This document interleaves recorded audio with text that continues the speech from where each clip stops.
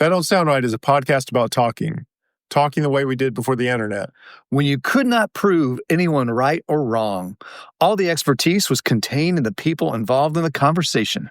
We hope you enjoy our conversations, and as you listen, if you find yourself silently saying, "That don't sound right," send us a comment. You're one of us. Just going from an old phone to a new phone, same number, same carrier. Yeah. It don't sound right. Well, again, I think it really has to do with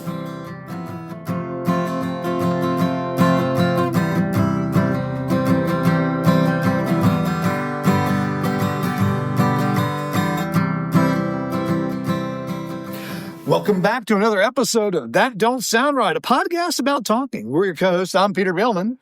I'm Cecil Davis. And we're just trying to have a conversation without using Google or fact-checking each other online. Those things can so easily kill a conversation. All right, man. I feel like you have something on your mind this week, something that's weighing heavily. Well, we're talking about, we talk about killing the conversation. Mm-hmm. And we were supposed to record the night before 4th of July. We're going to do some recording. If you've listened to us for a while, you realize that we don't do this live. We record a couple episodes, usually a week out or 2 weeks out. Or the Saturday of. Or the Saturday of, or 15 minutes before it airs. That's right. We do that. But we were supposed to record, but I was in the middle of something. I was in the middle of transferring all of our cell phones from one provider to a new provider. This new provider, we'll leave them unnamed, but we'll say it rhymes with horizon. Okay, let's just say that. And they had a deal, bunch of new phones. Mm-hmm. Keep your phone number. So I'm getting new phones for the family. Until you couldn't refuse. Yeah, we were in a bind because one of our kids' phones was inoperable. Mm-hmm. It had been dropped for the last time. Screen was blank, and this particular daughter was not at home for the month. Sometimes by herself at the house she was living at. Mm-hmm. Needed a phone for emergencies. Needed a phone for work. She needed a phone. All right. And so, I was going to do this anyway. So now's a good time to do it. And I'm thinking, let's go ahead and order those phones. They're going to come in. She can come home for the day or the night. I even had the ideas that we would just meet halfway. We would do it in the parking lot. Easy. And because before you would just take SIM cards, slide them in there, turn it on. It's activated. Off you go. And what don't sound right, the thing that don't sound right is that does not work anymore. Now, I confused you a little bit with my response. When you told me what you were doing, I responded to you in text, basically extending my sympathy to you for what you were in for the next several hours.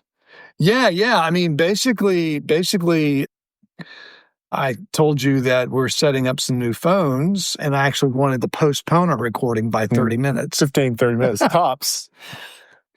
And then you said, good luck with the phones. That's not a fun task. And then you said, I wish you the best. It is probably a bourbon night. And I had no idea. And what don't sound right is that when we got the phones, we could not do this ourselves. In fact, we could not do it with a customer service rep because the customer service was closed at 7 p.m. I've never really heard of a customer service dealing with technology. Never really heard of them closing. Especially a company as big as the one we might be referring to. We might be referring to that rhymes with the word horizon. It turned out to be an unbelievable ordeal. So I was able to call the next morning. So on the 4th of July, I called, and I was really nervous because our daughter had to get back. She had a 4-hour drive. She needed a phone. And it was 4th of July. I was afraid customer service wasn't even going to be open because it was a holiday. Right. Now, this harkens back to episode 188. Do you remember what 188 188 was when we were beginning to talk about the list of things you have to know to be an adult. That's right. And this in the modern world. And this is in the middle of that list. Yes. Not only just getting a cell phone, but setting up the cell phone. And what was amazing is that I had everything I needed, and it still took over 2 hours to do this. And after we were done, the work was not finished. Are all the phones operable at this point? Right now, they're operable under a temporary phone number. They're not operable underneath their respective phone number. Really? Yeah. Yeah. And the crazy thing is this customer service. Now, I'm going to mention her name. Her name is Ebony. She is Division 1 customer service. That's great. She is awesome. She even gave me her phone number. Wow. I have her phone number. I have a direct line to the most. She is number one.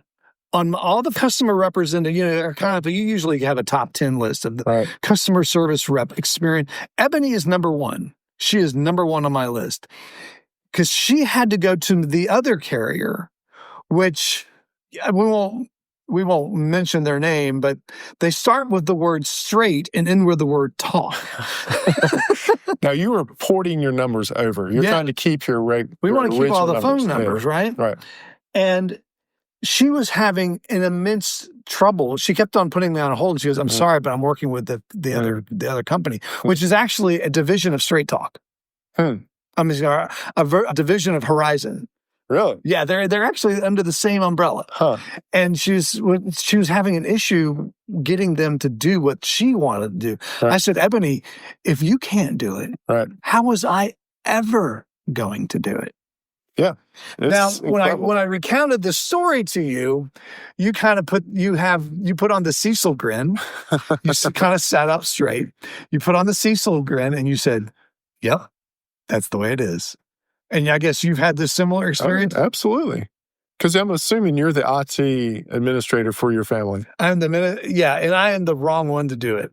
Me too. I just about lost my Christianity on this one, especially the night before. Ebony brought me back, but the night before when I was doing this, I was losing my mind. I said, "Am I the dumbest person on the planet?" My kids looked at me like I was dumb. Yeah. I was getting defensive. We were all getting defensive. Why are you asking me that question? How am I supposed to? Yeah, I mean, we were all losing our minds. Right.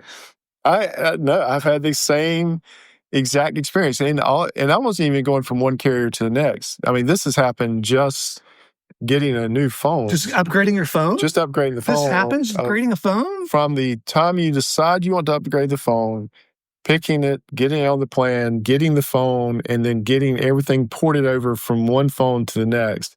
It has never, even when it has been a smooth process, it is a long process that involves, having access to multiple passwords, especially if you're in the Apple environment where you've got to have the Apple ID and all that stuff set up.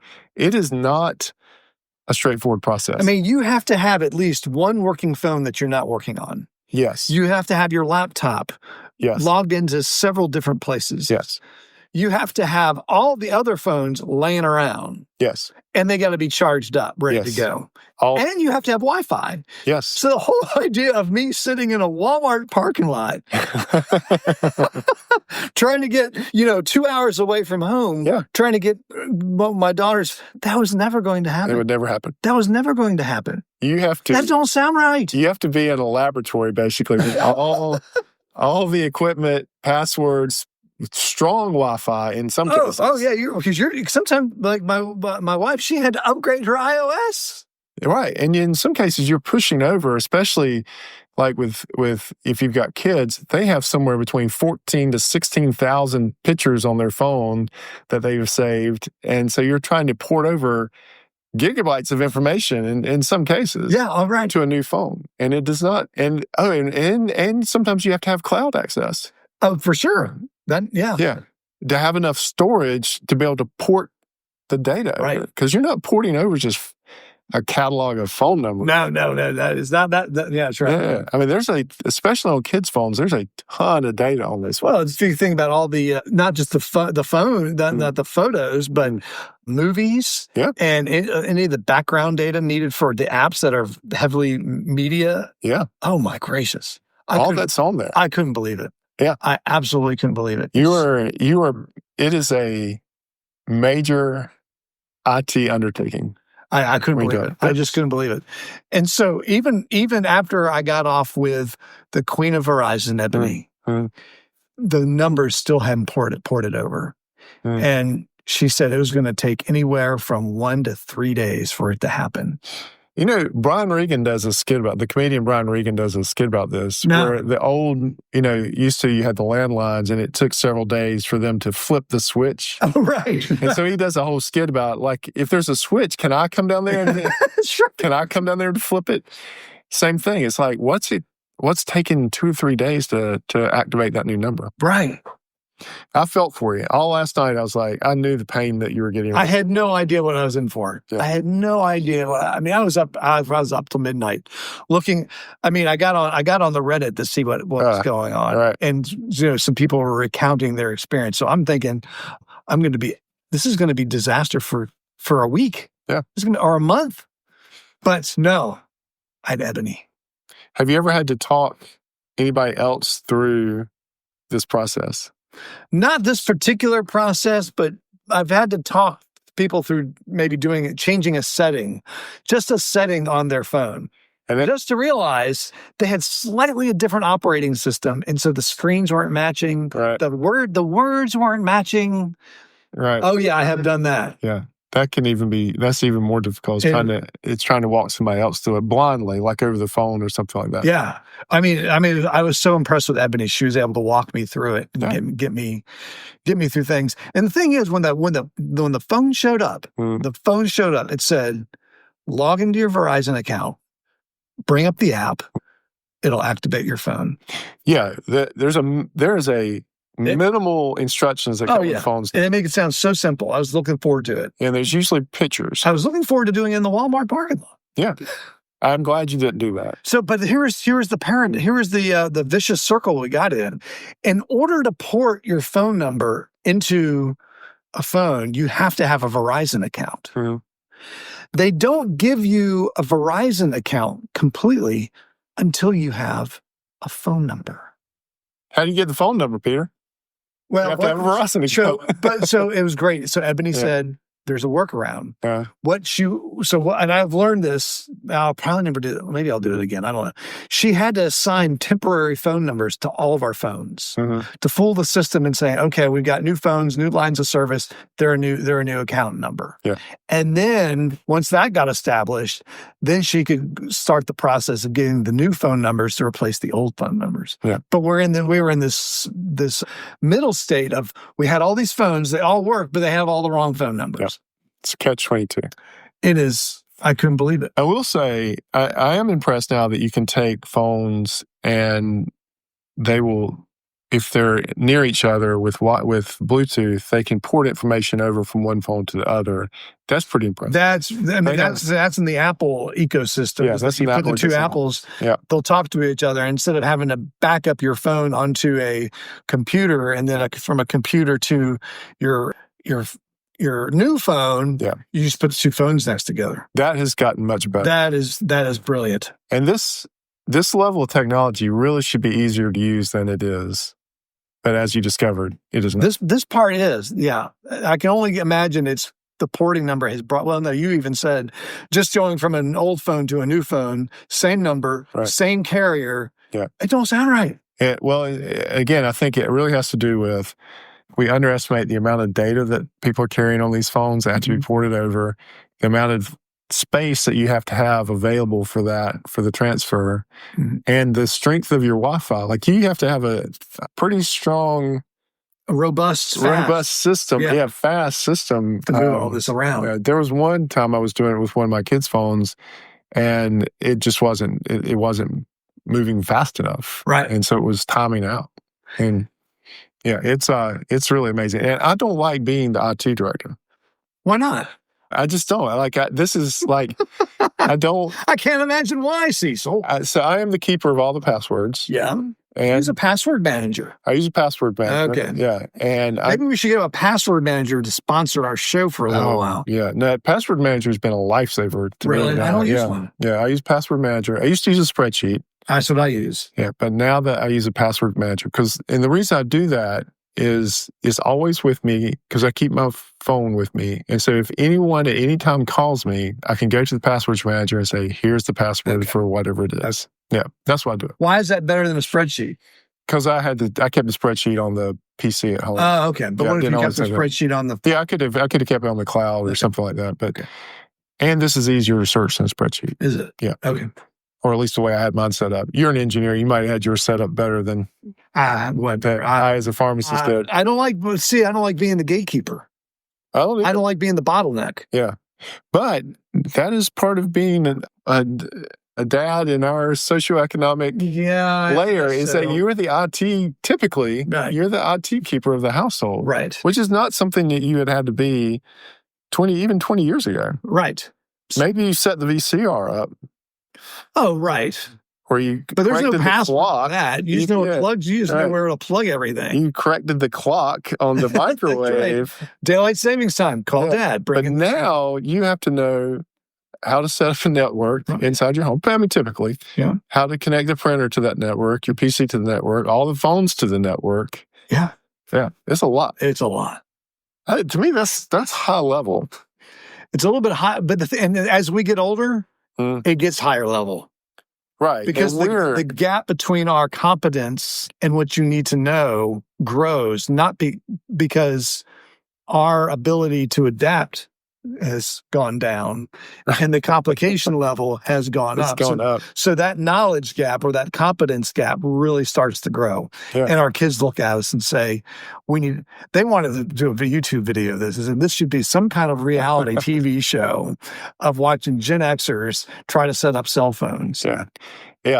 Yeah. I got a little defensive. I'm like, you do this. Right. Yeah. And if somebody wants to take the ministry, if you want to take over this role in the family. Now, I do have one child that is completely off of this system now. She completely manages her own all right. phone. There you go. But all the other phones, I still manage all of that. And the computer system for the house. Yeah, right. Like all the network. And now I work for home. Oh, it's got to be robust. So I have to have a pretty fast, when I use my voice over internet phone, I have it like Ethernet into the. You got it hardwired. Yeah, I got it hardwired because you have to have speed for all that stuff. Yeah. It's a different world out there now. Well, I think still people are asking why is this on our episode? It's just it just don't sound right. That getting a new phone is that complicated. And that is that complicated. Another story, my daughter said she had a friend, they went to the Verizon store to do it. Yeah. It took them 3 hours to get out of there for one phone. Right. Are you kidding? I have seen that happen too, where you just go and it's a lot of work to get all that. But again, I'm not putting all this off on the carrier. I think part of it is really just the amount of stuff that we have on these phones now. Yeah. I mean, I keep all the pictures, like you go on vacation. Now you've got who knows how many megabytes of pictures on there from your vacation. We keep ours thinned down. Do you? We keep ours thinned down. It still takes it out. Now, are you someone that promotes proper electronic hygiene among your family members? Because I've always said, look, keep your phone updated. Yeah. Keep your apps updated. Keep everything backed up and keep up with your passwords. Yeah. But I'm typically the only one preaching that, or the only one. It's hard to get everybody to do that. Keep everything updated. Well, that's your job as the Ministry of IT.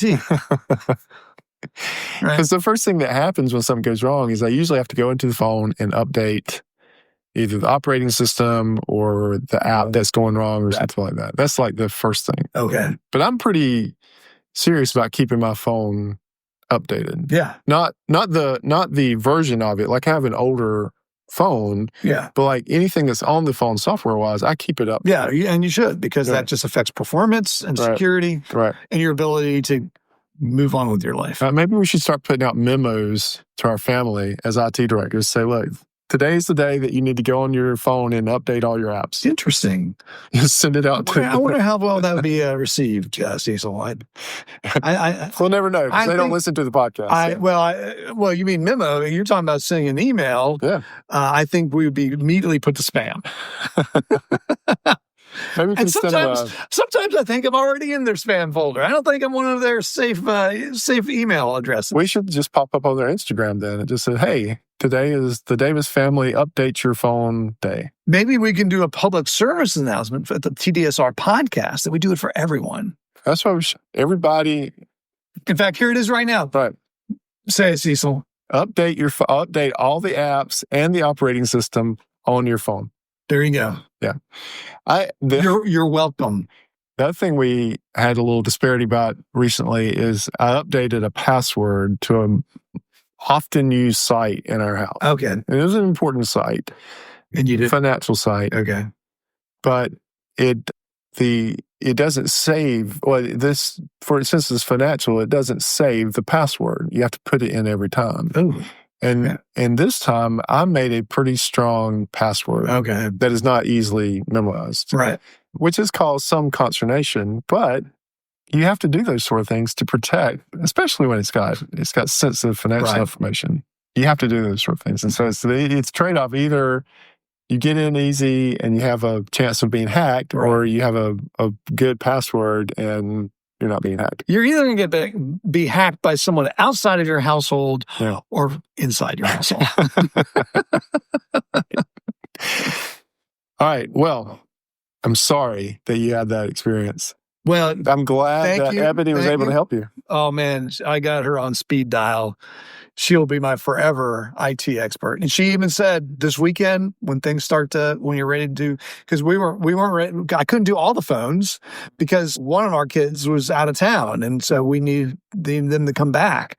And because she said, just give me a call and we'll get them ported over. It makes you start to think about the Luddites when this happens. I mean, about halfway through about an hour into this process, you're like, I'm getting rid of every electronic device in our house. Oh, you can't do it. We're going back to just writing letters and in person. We will never have it really can almost break you. Yeah. Well, yeah. Like I say, I just about lost my mind. All right. Well, that didn't sound right. But you have come to the end of this just 30 minutes. Right.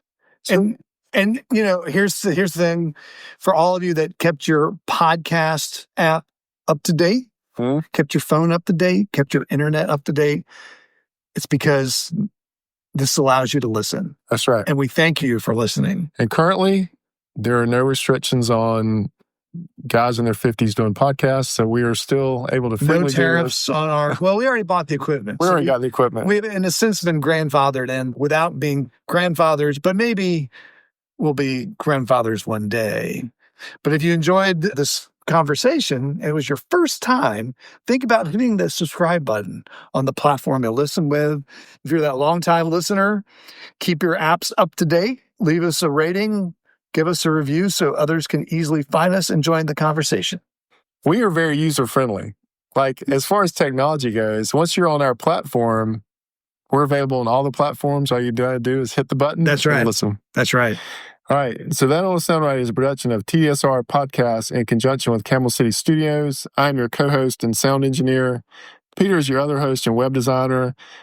Again, look at there, man. We're in technology roles, even in the podcast. That's right. Well, we gotta keep it moving. Camille is your barista. Emily does your graphic design. Elle does your Instagram. Giorgio tests our merchandise. Brent is our truly international brand ambassador.